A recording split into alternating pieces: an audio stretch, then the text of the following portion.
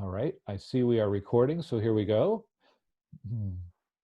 All right, welcome everybody. I am Councillor Glen Gower, and this is the latest in our Team Stittsville webinar series. Today, we've invited a number of faith leaders from the Stittsville community to join us, and we'll have a panel discussion ahead of us.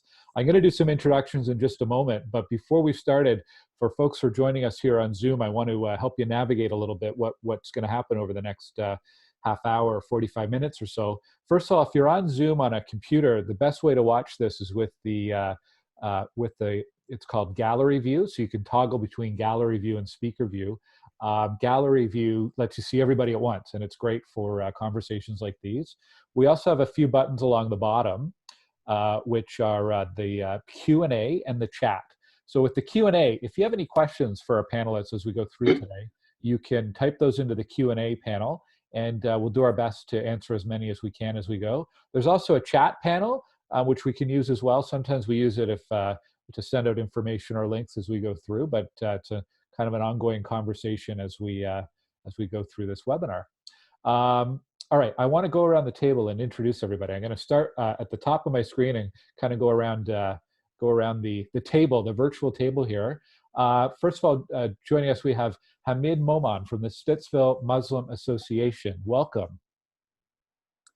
Thank you so much, Councillor Glen. Thanks for the invitation. And Ramadan Mubarak. We're right, you were saying just before we started, we're at the halfway point of Ramadan. So blessings to you today. Thank you so much. We have Grant Dillenbeck from Stittsville United Church. Hello, Grant.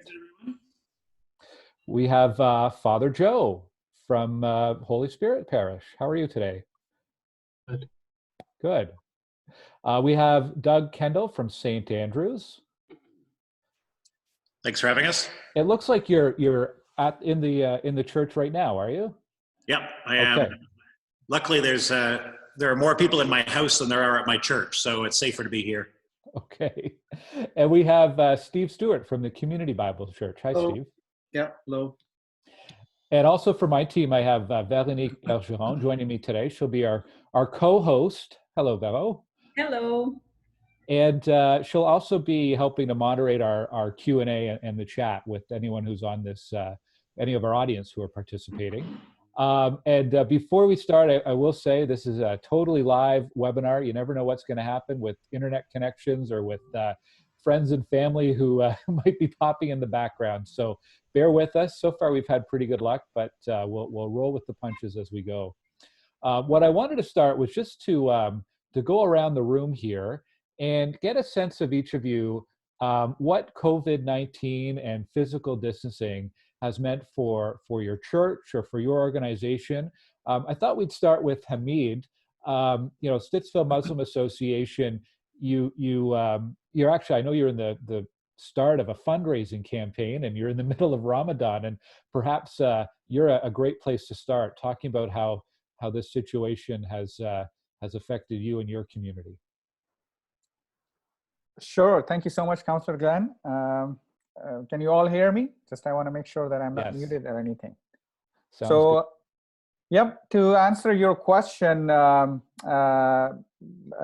COVID actually means a lot for Stittsville Muslim community as well. And our main challenge is basically to pray because as you may know, Muslims pray 5 times a day. And in this holy month of Ramadan, our prayers are actually increased with Taraweeh prayers, the nighttime additional congregation. So since Ramadan is the most blessed month, there is a challenge to keep community feeling together. However, to deal with this challenge, we have been in touch with the community through all the available social media platforms, through WhatsApp, through Facebook, through weekly newsletters, and it has been working great so far. Well, that's good to hear that it's been going great so far. But I mean, it must be obviously it's a completely different Ramadan this year. So can you talk a little bit about just what that means, how things have changed, and how you're adapting? Because I mean, there's so many gatherings and celebrations, in-person gatherings that are usually a part of things. So how does that happen when you're not able to physically get together? So that's true. You are absolutely right. Actually, we were planning for Taraweeh, and we are so grateful to Reverend Grant that Stittsville United Church was working with us to have the Taraweeh program established, in the basement.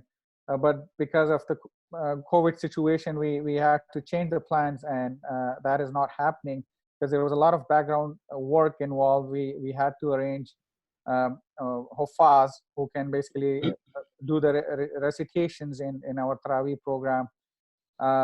And we were able to find some volunteers because we are not in the position to afford professional Hofaz from institutions like the one in Cornwall.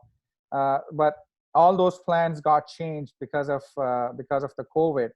And Alhamdulillah, so far we are coping well. Everybody is doing their family Taraweeh kind of arrangement within their homes in the basements. Like in my home, I'm doing it with my two kids. Do a little bit of a go over with some Islamic education after our breakfast, and reflect on Ramadan and the importance. But as you said,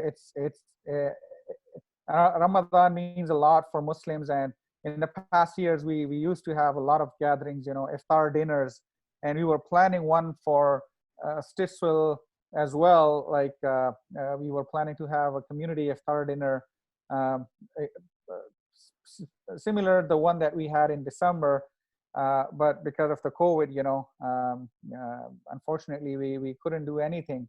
From the faith point of view, we feel that this is the challenging time from the Creator, from Allah, Almighty Allah, and we have been praying a lot that we all collectively go through it,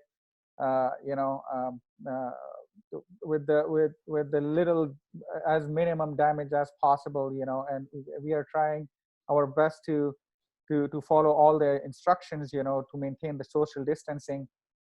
And I would like to take this opportunity to thank the City of Ottawa and the government of the City of Ottawa to allow actually Muslims as a whole to have azan, the breakfast azan broadcasted actually, live from other masajids. So in a nutshell, it's a challenging time for everyone, including for the Stittsville Muslims. But Alhamdulillah, we have been living in the country, and we are fortunate that we have all these systems that we can communicate, we can see each other, we can talk to each other remotely. So it's we feel it's a great blessing. So far, yes, this is the first time in probably in my life that it's a different Ramadan inside the doors. But on the positive side, actually, it's a new experience and new learning. How to basically co-op with this kind of situation. That's true. That's true. It's opportunities besides all the challenges that it might present. Yeah. Well, thank you. I want to keep going around the room here. Reverend Dillenbeck, Stittsville United Church, right at the corner of Stittsville Main Street and Fernbank. How has COVID-19 and physical distancing, how has that changed life for people in your church community? Thank you again, Glen, and I would reiterate a lot of what Hamid said. I guess in short, it's affected everything. Like all communities of faith, that physical presence is so important, not just for regular Sunday worship, but for all of the other activities that we do. And this coming weekend being Mother's Day, we would have several events taking place. So we've had to move as much as we can online. Now, again, to echo Hamid's words, the response has been in many ways more positive than I would have anticipated. And one of the questions later is to look at some of the specific things we're doing, and I can get into that later. But I would also say not only the impact on our congregation, but on all of the community groups that use our facilities. I would say one of my greatest disappointments is that we were looking forward to hosting the Stittsville Muslim Association for their nightly prayers. We had reorganized our calendar to try and ensure that we could make that happen in addition to their Friday prayer time, and the fact that we're not able to do that, as well as all of the other community groups. We have almost 40 groups, both from the congregation and the community, about 20 from the community who use our facilities, and all of those groups have now had to curtail their activities. So we know it's not just an impact on our congregation and its members, which it certainly is, but it's also a huge impact on the wider community and the ability for people to be able to meet. One very small thing, I noticed that in the Girl Guide covers, there's 6 boxes of Girl Guide cookies. And so I contacted them, I said, what do you want me to do with these? Because they're going to expire. And so trying to support the community groups in the midst of this that are affiliated with our congregation as well. Okay, thank you. And we'll keep going around to Father Joe. Father Joe, it looks like you're perhaps in your office there at the I am. At the church, are you? I'm in the office daily. Okay, and Yes. tell us a bit about how things have changed at Holy Spirit. Well, it was a different Lent, and we're now in the Easter season, of course, moving towards Pentecost. The one big change, I think I would reflect on what I saw in the store the other day. I was leaving the store, and on the counter it said, "Be kind to one another," and that's new. And I think it's created a kind of like a sea change in our community because we're not able to meet exactly the way that we did before. But one of the things that we have tried with the cooperation of the Knights of Columbus in our parish and also our Catholic Women's League is to live stream our Sunday celebration of the Eucharist. So every Sunday at 9, it's live stream and people can access it through the parish website. And we have 5 people in the church. We have the basic number, and it seems to be going very well. It's going across the country, actually. I hear people from Calgary and from British Columbia joining in each week. So It's one of the ways in which we're able to keep in touch. Another way that I've been keeping in touch is I've been phoning people on my list, and particularly the vulnerable and the elderly in the community. And everyone at this point seems to be doing very well. I've encouraged people in the parish, and I would remind them again now, call each other, phone each other, particularly older members of your society or your community, to be in touch with them. People very much appreciate the phone call. And of course, they appreciate it from the pastor too. Well, that's good advice for anyone. Keep in touch with people, check in, make a phone call. Absolutely, absolutely. Thank you. Doug, how are you? You're at the church. People, I think we should, I'm trying to situate where all these places of worship are. So St. Andrews, people will know it's near the Johnny LaRue Arena, right on Stittsville Main Street, kind of the yellowy golden brick color there. And you're in the church today. Are you lonely? Are you lonely? Are you usually the only one working there day to day? No, usually the secretary's in every afternoon, and people are coming and going. And like Grant was saying, community groups making great use of the church as well. So it's strange to be in the silence, that's for sure. And it's good to be in the building every once in a while anyway, to wander around and make sure everything's okay. And insurance companies like to see that we're making sure that there's no leaks in the basement and stuff. Okay. Well, and how has life changed for your church community? Well, I used to joke about, giving up things for Lent. At the beginning of the season of Lent, I would, often I give up coffee for Lent and joke about the challenges with that. And some years I've said, it'd be interesting to give up going to church for Lent sometime and see what that's like. And when all this happened in March, I did put that out to the congregation. I said, this is going to be remembered as the year that we all gave up going to church for Lent. And it's such a strange feeling to not be able to gather for the celebrations, not to be able to gather for Sunday worship and for Easter and to celebrate communion together.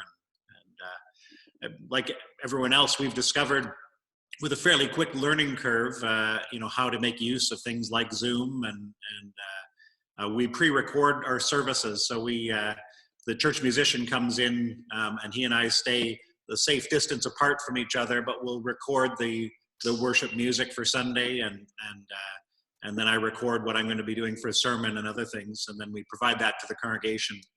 And one neat thing our choir's been doing is the musician, Terry, will record a piano part and a vocal part for each of the parts for the choir, send it out to the choir members. They all record their own part at home and then email it back to Terry. And then Terry puts it all together, so we have an anthem with the choir singing together in harmony. But it's all done independently in our own homes. So one of the things I'm really looking forward to seeing is how will we be after COVID-19 is over? Like, how will our experience now affect how we see life going forward from this? This has been a time of kind of a time of Sabbath. I think most clergy are finding it's a very busy time trying to learn all the new technology and everything, but many people are finding it's a quiet time and a time of stillness and a time with family, and in many ways finding some very positive things in the midst of this. Yes, absolutely. Steve, from the Community Bible Church, also on Stittsville Main Street. There's a lot of churches on Stittsville Main Street, aren't there? How are you doing, and also how is your church community responding to all of this? Actually, you're muted, Steve, so.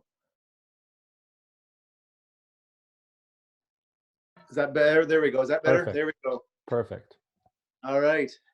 Yeah, so I'm doing well, thanks. And the church is doing well. We, certainly has changed things, as the other guys have mentioned. There have been, when you can't meet personally, it's a big difference.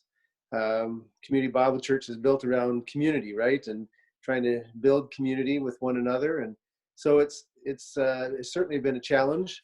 And in that regard, we transitioned over to Zoom and other online options, and so that's gone quite well. And in fact, for some people, they really enjoy Sunday morning in their couch with their coffee and whatnot. So going forward, yeah, it was brought up. Will be interesting to see how this all changes, but. Yeah, there's certainly a longing for people to, and looking forward to getting back together again, and when that'll be or what that'll look like in the go forward is going to be an interesting thing. But yeah, we've done well. A lot of our small groups have stayed in contact with one another through virtual meetings.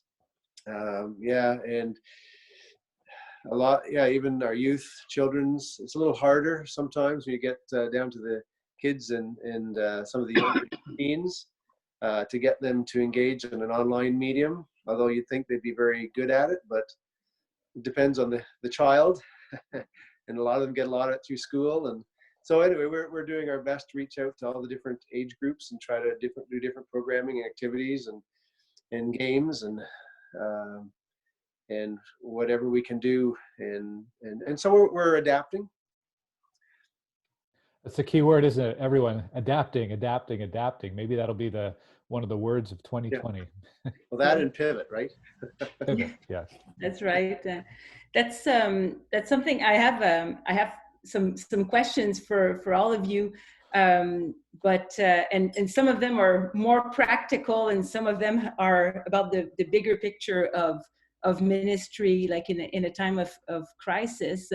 But on the more practical side, all of you have mentioned reaching out to vulnerable people in the community, and I was wondering if we could have a little bit of a roundtable, or just each take turns and maybe share if there are things that you tried that worked particularly well in terms of how you reach out to the vulnerable people in our community, success stories, or maybe the opposite, things you thought would work and didn't. I'm leaving this up to you. Like I said, the sort of the practicalities of reaching out to vulnerable people in the communities, like how have you gone about doing that? in order on my screen, I have Father Joe first. So Father Joe, if you don't mind starting. Okay. Well, as I mentioned, one of the ways that we have been reaching out by phone calls, also by emails as well. And the phone calls, people seem to very much appreciate the personal call from fellow parishioners. And by and large, people are doing very well in the midst of all of it, and they appreciate the phone call, and they're keeping a safe distance and not going out very much and so forth. So they seem to be handling it very well. It would seem that older people are more at ease with this time, because maybe that's because they've lived their life and they're not into a lot of busyness and so forth. So they don't perhaps experience the same kinds of challenges that a younger person would in the midst of this. Yeah, but it's a new reality for sure. Yeah. Yeah, no, that's true. Doug, do you have anything to share with us? Very similar things. The way our church is organized, we have elders in the church, and each elder, they're elected by the congregation. Each of them has a district, so a group of people, a group of families in the church that they're responsible for. So we've been encouraging the elders to keep in touch with their district, their group of families, and making sure that they're doing okay. And then, I'm making phone calls as well and staying connected. One of our real concerns is connecting with the people who aren't on the internet, who aren't able to connect with Zoom and things like that.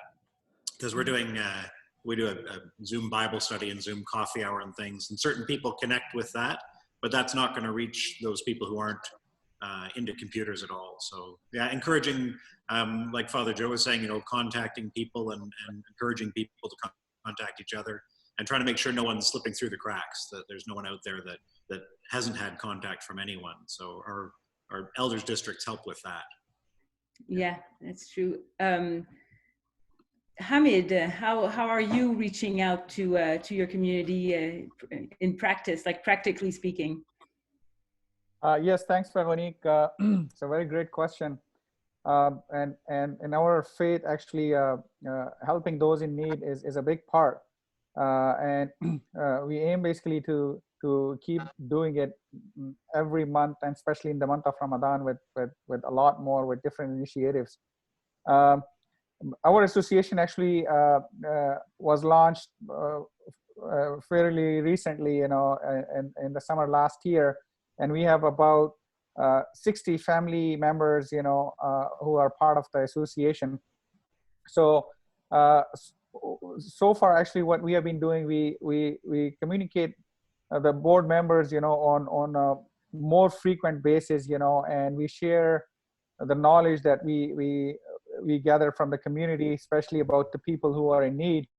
And what we have been doing so far, actually, we nominated our 5 people, basically volunteered their addresses. So we put some food boxes, on outside on the curbside, and we requested the community to donate, non-perishable food and canned items, and so far the response has been great. We have been working with the Stittsville Food Bank, and we were able to raise some cash donations as well, because for the Muslim community, as I'm sure you would know, they prefer to have halal meat, so we use those cash donations towards purchasing halal meat. So we are doing everything possible, to reach out to our most needed community members by calling them. But as I said, we may not have 100% of the data, because we just started off the association and we got into the midst of this COVID-19. So, however, we are trying our best. All the board members, they communicate very regularly, and if anybody comes up with the name or a person who is in need, we action on it right away and reach out to them and help them as much as possible, depending on their needs. Thank you. Reverend Grant, do you have anything to share about your outreach?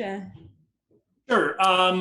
Like many of you doing lots to connect with people in the congregation. A couple of things I'll add is that for those not on email, we do send out regular postal mails with copies of the worship services with little cards. We sent out a Mother's Day card. We sent out a palm after Palm Sunday. And so we keep in touch through postal mail. We also have a network of folks who don't have internet, who connect by telephone to people who do, so that they can hear the worship services on Sunday morning through Facebook Live. So we've tried to reach out to those who may not be connected technologically. We've been trying to offer financial support to those who've lost their employment or who are in other financial difficulties, offering support to families that are especially feeling stress at this time. Most of that at this point has been internal. We haven't had a lot of requests from the community outside, although certainly there have been some, and we have responded as best we can. In addition to what we're trying to do in the community, Hamid mentioned the food bank. Normally our United Church Women would have a tea this Saturday and for Mother's Day. So they've decided to make the food bank the recipient of special donations at this time. We also promoted the Lanark County Interval House because we know there are a lot of family stresses and abuse happening at this time. And members of our congregation, the family Tom and Marlene Black, run the farm that produces crops that are harvested for the Ottawa Food Bank. So we've been promoting people to volunteer to help with planting and then caring for the crops throughout the season. Our congregation is a part of 8 congregations in Stittsville and Canada that are part of the Canada-Stittsville Refugee Sponsorship Group. And we, about 2 weeks into this, received notice that 3 families had been approved and would be arriving soon. Well, that, of course, is not happening as quickly as we would like. And we're not sure how we're going to respond when they do arrive, because there's going to need to be physical distancing and quarantining them. So that is going to be a challenge, but we're trying to maintain the support we have of other families that we have completed our sponsorship of, but to maintain contact to see how they're doing. Weekly we video our worship services and took them to local retirement residences, and not all of them are able to continue that, but some of them have continued to follow the Facebook Live services that we offer. So we're keeping in touch as best we can. We would normally also offer regular worship services in some of those residences, so we're trying to maintain some contact there. And one last thing is through our church sign on the road. It's quite visible, and so we put on it, this kind of follows what Monsignor Joe said, share love and thanks to our first responders. So we're trying to have a community presence and to be supportive in a broad sense as well as a specific sense to those in need, in addition to being supportive of and buying groceries for people in our church. Several people are making masks, and we're delivering them to those who would like them, as well as to certain care facilities. And so just trying to be that conduit for offering that kind of support, both internally and within the wider community. Mm-hmm. And I was going to ask Steve next, but oh, you're still here. Your video cut out for a second here. What about you, Steve? Yeah, so very similar to a lot of the other guys that were chatting.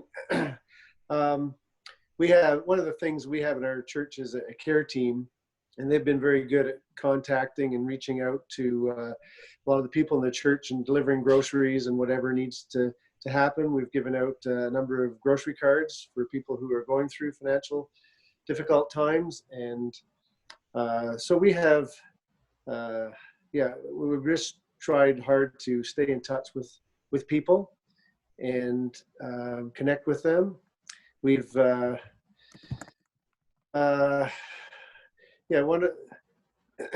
we've always had a strong presence at the Frederick Banting School and tried to be of support there, but that being closed has cut off that community outreach. So we're not able to carry out some of the things we were doing there. Yeah, there's a few ideas there. Yeah, thank you. It's Glen. it's great to hear. I mean, churches, community groups, any kind of organization, you know, it's I think we're lucky in Stittsville that we do have this kind of structure, these organizations in our community that are there for exactly these kinds of situations, right? You are the people who are being proactive and, you know, along with your church communities, checking in on people. And it's something that struck me because I've spoken to each of you at least a couple times over the course of this. And I always ask, is there anyone who needs some help right now? And your answer, all of you, has always been, you know what, we've checked in on people and people are doing okay. And I know that's, we're lucky to have, you know, churches and other groups that are doing this on a day-to-day basis.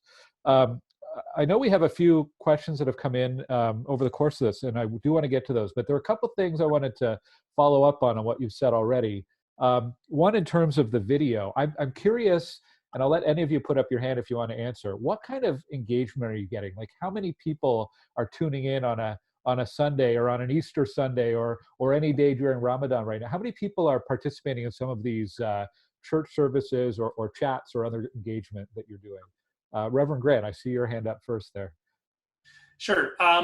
We're offering several opportunities every day and during the week. So we have noon prayer, evening prayer, daily hymn offering, weekly hymn sing, weekly meditation time, weekly worship. On our worship side, we've had anywhere from 300 to 1,200 views, whatever view means in Facebook. It might have been 5 seconds, but whatever. And again, as Monsignor Joe mentioned, literally across the country and across the world, people who have a connection to the church have been able to connect in a way they never had before or recently. And the other offerings, the daily children's time usually gets around 60 views. The other opportunities anywhere from 30 to 80. So the uptake has actually been, as I say, more positive than I had anticipated. And certainly, as has been mentioned, even though we were doing a weekly video, which was put on DVD for those who wanted it, and we were doing some live streaming, but now we've recognized that the live streaming portion, whether it's through Facebook or another platform, will be something we will continue because it has been something that has been so powerful. Okay, good. Anybody else want to offer? Hamid. Yes, thank you, Councillor Glen. So we don't have actually our permanent location yet in Stittsville, and we basically are trying to rent one. And this is we were focusing a lot on the Ramadan fundraising campaign, which we started actually online. And we have started looking into multiple locations, you know, depending on the affordability and you know, on the strategic location and access to the community. So in that regard, mostly our programs are online, are through the social media, in terms of you know, sharing news and positive messages, some online motivational talks, you know, by our local imams, and focusing efforts actually on feeding people who are in need. So I have noticed that our WhatsApp group has more than 150 membership at this point, and the rate of viewership, you know, has gone up a lot. You know, as soon as if a motivational talks has been put up on the WhatsApp group, you know, so I notice a good response actually comes from the community. They ask further questions, the follow-up questions, you know, and they watch the messages. So this is how we are trying to make sure that, you know, we reach out to the community and stay in touch with them. Yeah, I wanted to mention, I'm just looking at the number of people who are tuned into this live part of the webinar.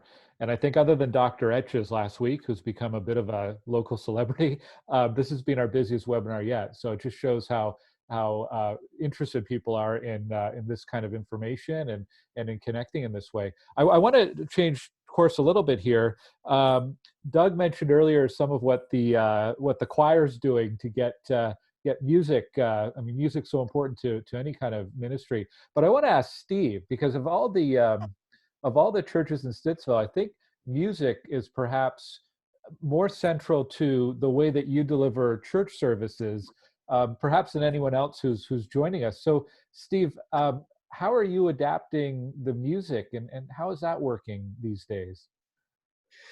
Yeah, that's always a challenge. I mean,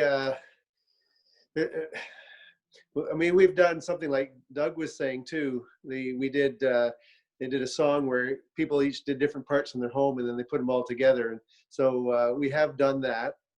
But that, it is there's a lot of work to pull all that together on a regular basis. Yes.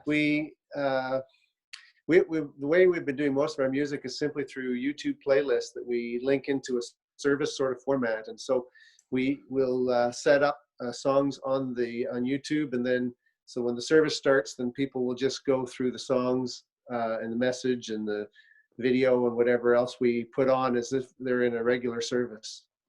So it's all set up and goes live on Sunday mornings at 9 o'clock, and people can tune in. All right. That's wonderful.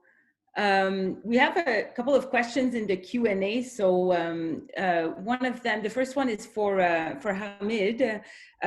Someone is asking, where's the place to get a hold of a copy of the Noble Quran? Since there are a lot of versions out there, which one would you recommend for someone who's interested in finding out more?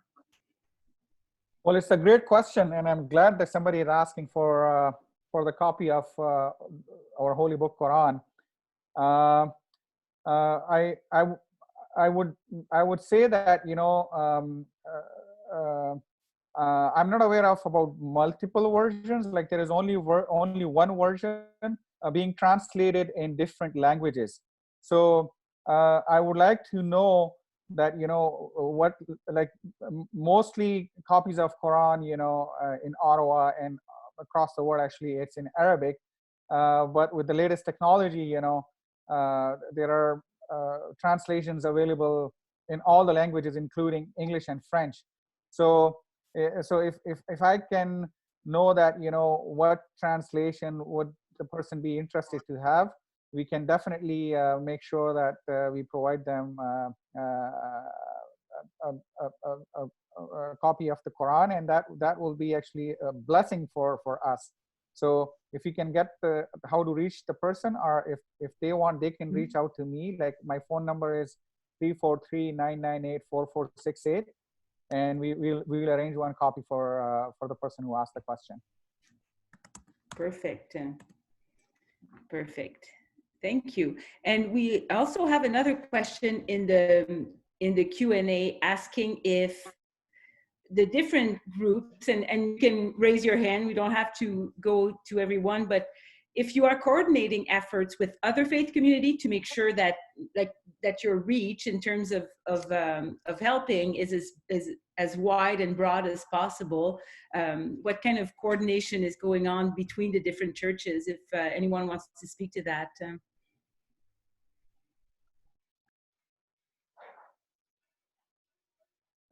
Well, I'll say just a word. We have traditionally worked very closely with St. Andrew's Presbyterian, Doug, Kendall, and I. And so we have been chatting. We continue to have connection with the diversity group at Banting School through their online technology. There probably hasn't been, to my knowledge, a lot of direct coordination with regard to, oh, this particular person needs help or that particular situation.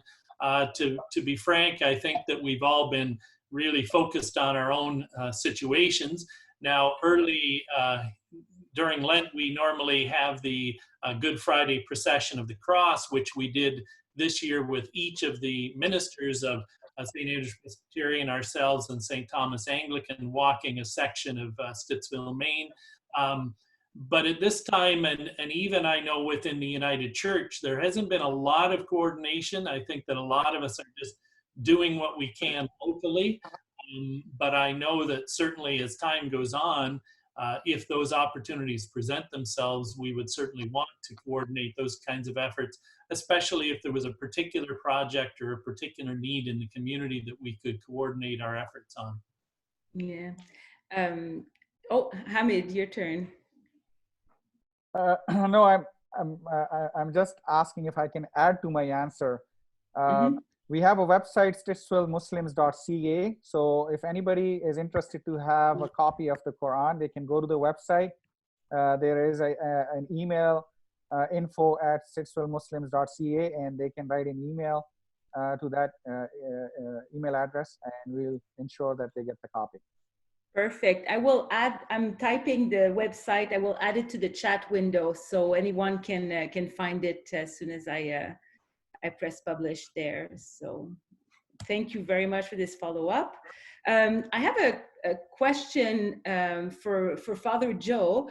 I was wondering, like, for Catholics, an important part of the Catholic faith are the sacraments, and the sacraments are really tangible demonstrations, right? Like they have to be performed in person. And I was wondering how did you provide the sacraments if people are still able to receive the sacrament of reconciliation or the sacrament of the sick, and in these times, like how have you been handling this part of the faith? Well, I can say that a few weeks ago I was called to the Queen's of Carleton Hospital to give the sacrament of the sick to a man who was in palliative care. And I put all the protective equipment on, and the nurse made sure that I did it correctly and was in the room just a few short minutes left. And as soon as I left, actually, the hospital was closed to all visitors, including this man's wife. And so I've been able to touch base with the few people who come on Sunday for the celebration of the Eucharist. But for the rest of the people, they basically have to commune online. There's such a thing as spiritual communion, so that people can commune with the Lord wherever they are. And one of the things I found is that people are being able to develop new ways of develop a relationship with God, with the Lord, with Jesus. And they're doing it on their own time, and they're spending more time doing it. And so I think when they do come back, which is going to be a big challenge for all of us, they're going to be refreshed, hopefully in spirit and love of the Lord, and reaching out to neighbors as they've been doing so. But I will say that we're going to have some challenges when people come back too. It's not going to be the same. This is a unique time, as we know, and we're going to have to adapt to a new reality, new situation, maybe with fewer people and so forth. But we're also going to have to deal with many mental health situations. We need to be ready for that. Yeah, this is true. Véronique, if I could add to that, in the United Church of Canada, the Eucharist communion would not be normally a part of every worship service, but it's still significant for us. And in the United Church, the leadership of the United Church has determined that the institution or consecration can happen virtually.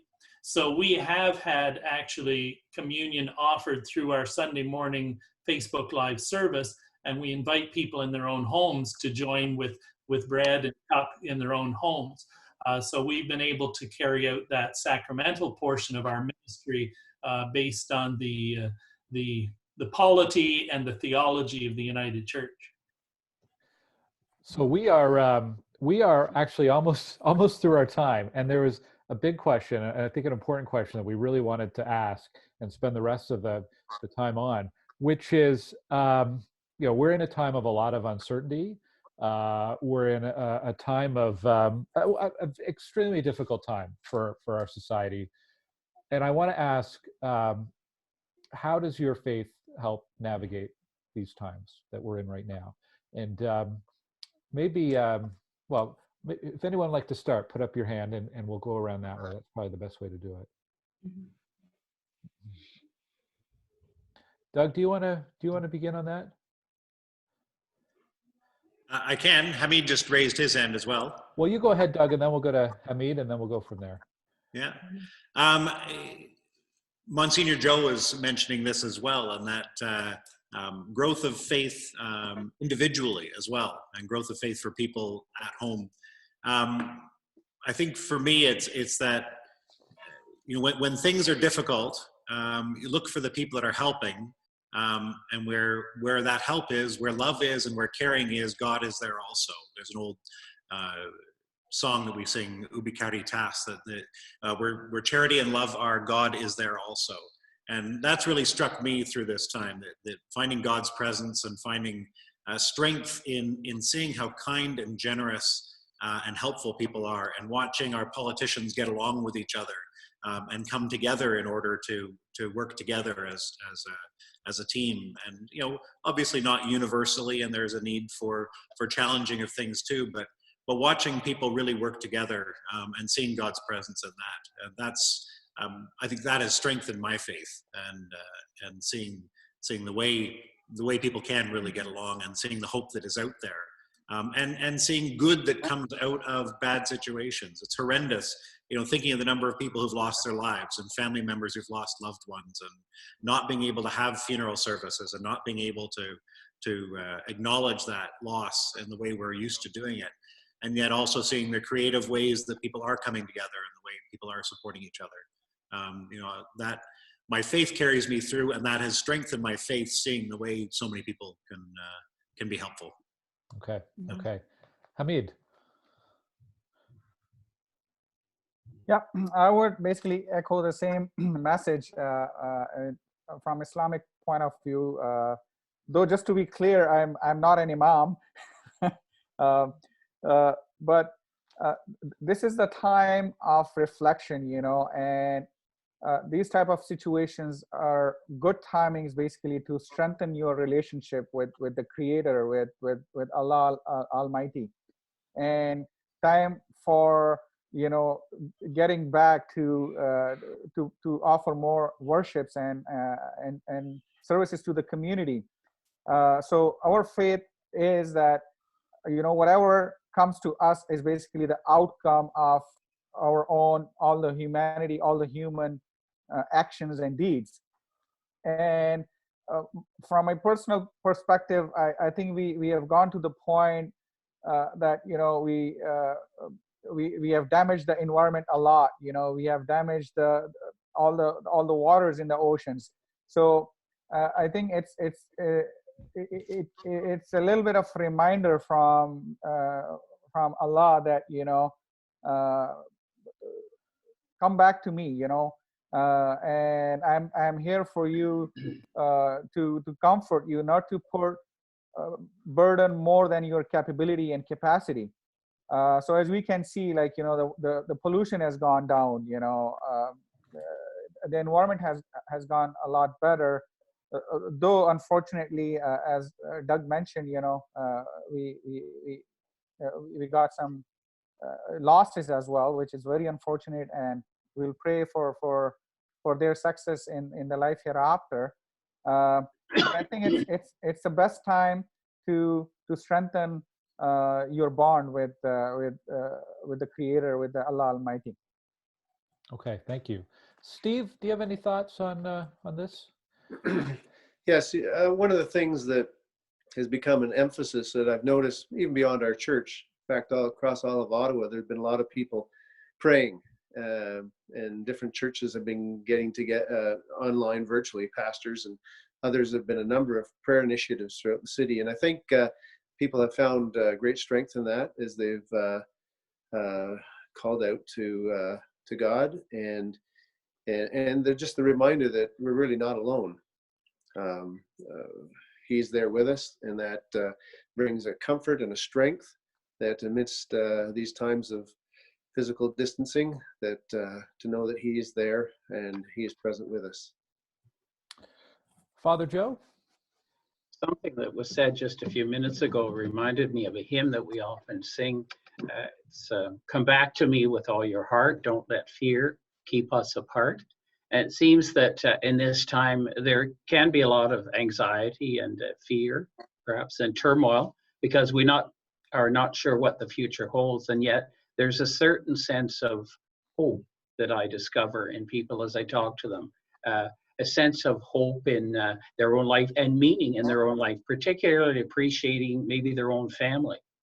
loved ones, and maybe they're near, maybe they're far away, and also appreciating their neighbors. And one of the things I also find about that is people are telling me they're talking to their neighbors. A lady said this morning they were yelling down the street at one another, keeping a safe distance, of course. So people are communicating with one another because it's part of the human community to want to be in communion with other people. So that's one of the strengths that I see emerging from this challenging time. Grant? Sure. The great commandment from Jesus, which was built on the laws of Moses, to love God with all that you are, and to love your neighbor, and to love yourself. And so I think that we too have noticed a strength of people finding that sense of God's love and care through prayer. People tell us that when they're having a particularly bad day, when they join into those daily prayer times that we're offering, they say it just kind of boosts their own sense of inner strength, and offering the various opportunities we are for people to continue that process of spiritual growth, and also to love of self, trying to help people to build on that interpersonal resilience to care for themselves and to do what they need to do to look after themselves, because they can't look after others if they're not taking care of themselves. These days I'm usually signing off my emails by saying, keep well in body and soul, to take care of yourselves, and then to love neighbor, to care for the community, and to reach out. So I think that also we're really finding a strength from the biblical tradition, the stories that remind us that what we're facing isn't new. It may be new to us, but there are stories from our faith traditions that remind us when people in the past went through these times of exile and struggle and separation, and they found the faith and hope to carry on. And I guess one last thing I would add is my wife is a palliative nurse educator, and she's offering webinars for those working in long-term care across the province. And she was speaking with some healthcare professionals, and they said, we just heard this new thing that maybe the best way for people to connect is in groups of 2 or 3. And my wife said, well, that's biblical, you know. Jesus said, wherever 2 or 3. And maybe as we move forward, it's not going to be full sanctuary, certainly not in the beginning. But maybe that getting back to the 2 and 3 in connecting with each other and with God in that smaller way is what's really going to carry us through into the future. And so as I'm looking ahead to how we carry forward, I'm not looking at the Sunday that we have a full sanctuary again. I'm looking at how do we build those opportunities for 2 or 3 or more to come together safely to build that spiritual community, which will then be themselves. Yeah, absolutely. I wish we had more time, because I'd love to explore a little bit.